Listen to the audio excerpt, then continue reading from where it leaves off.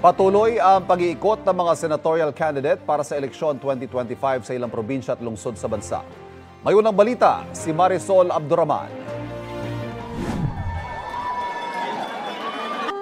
Nagsagawa ng proclamation rally ang mga binansagang Duterte senatorial candidates ng PDP laban.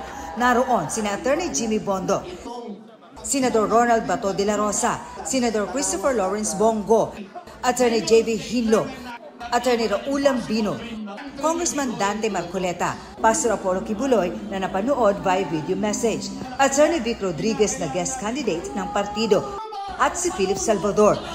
Naroon din sa event si dating Pangulong Rodrigo Duterte. Sigurado ako na ang Pilipino napipika na. Either failed promises or whatever.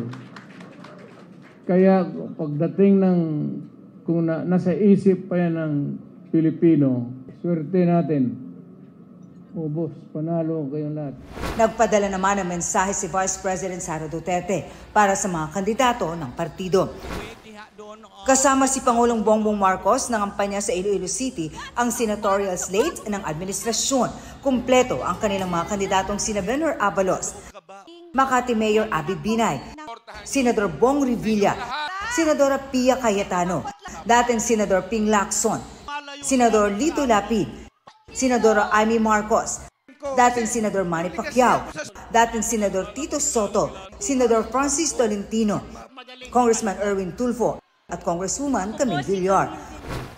Bumisita naman sa Bohol si Bam Aquino. Yan yung totoong. Isang araw matapos talakayin ang isyu ng edukasyon sa Tarlac State University.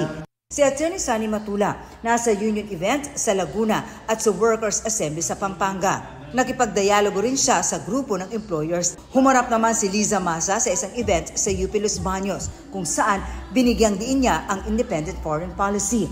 Patuloy naming sinusundan ang kampanya ng mga tumatapong senador sa eleksyon 2025. Ito ang unang balita.